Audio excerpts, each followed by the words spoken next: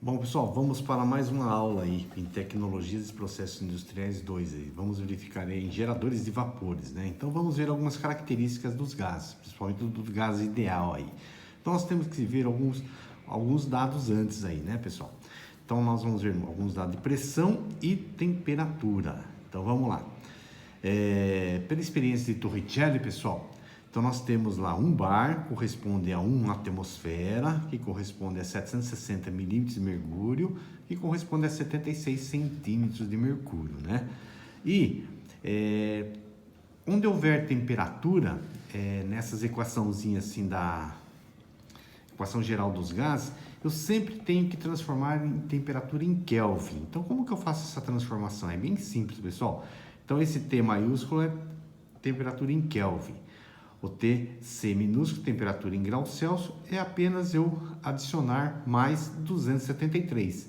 Então eu pego a temperatura em graus Celsius, somo 273, já transformei em temperatura em Kelvin, que é para o sistema internacional da equação geral do gás, que eu tenho que usar nessa equaçãozinha aí, tá bom, pessoal?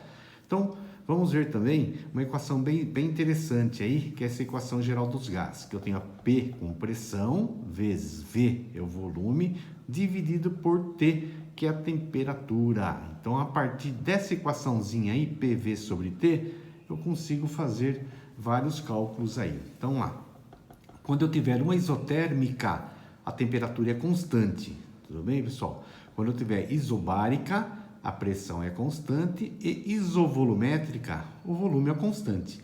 Então, na equação geral dos gases, eu vou ter sempre no sistema o inicial e o final. Por isso que eu coloquei índice 1 e índice 2. Então, índice 1 é o início do sistema, índice 2 é o sistema quando sofre alguma alteração. Então, tenho P1 vezes V1 dividido por T1 igual P2 vezes V2 dividido por T2. Então, essa é a equação geral dos gases aí. Então, lá, pessoal, vamos calcular agora, fazendo nesse exemplo aqui, para uma isotérmica. Então, isotérmica, o que vai ser constante? O nome já está dizendo ali, a temperatura. Então, sobra o quê?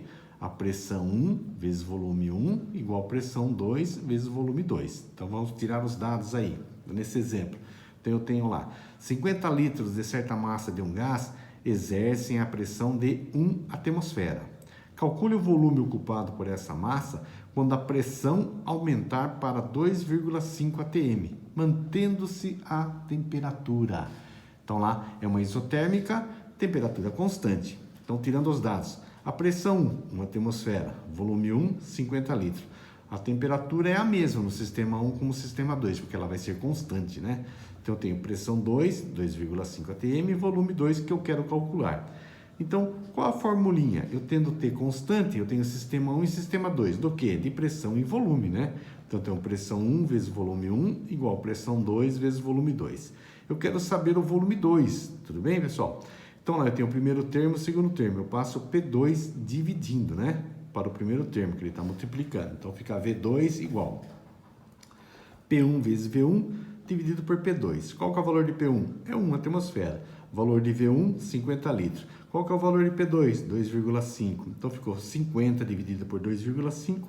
O volume 2, qual que é, pessoal? 20 litros. Tranquilo, hein, pessoal? Moleza essa transformaçãozinha aí, hein?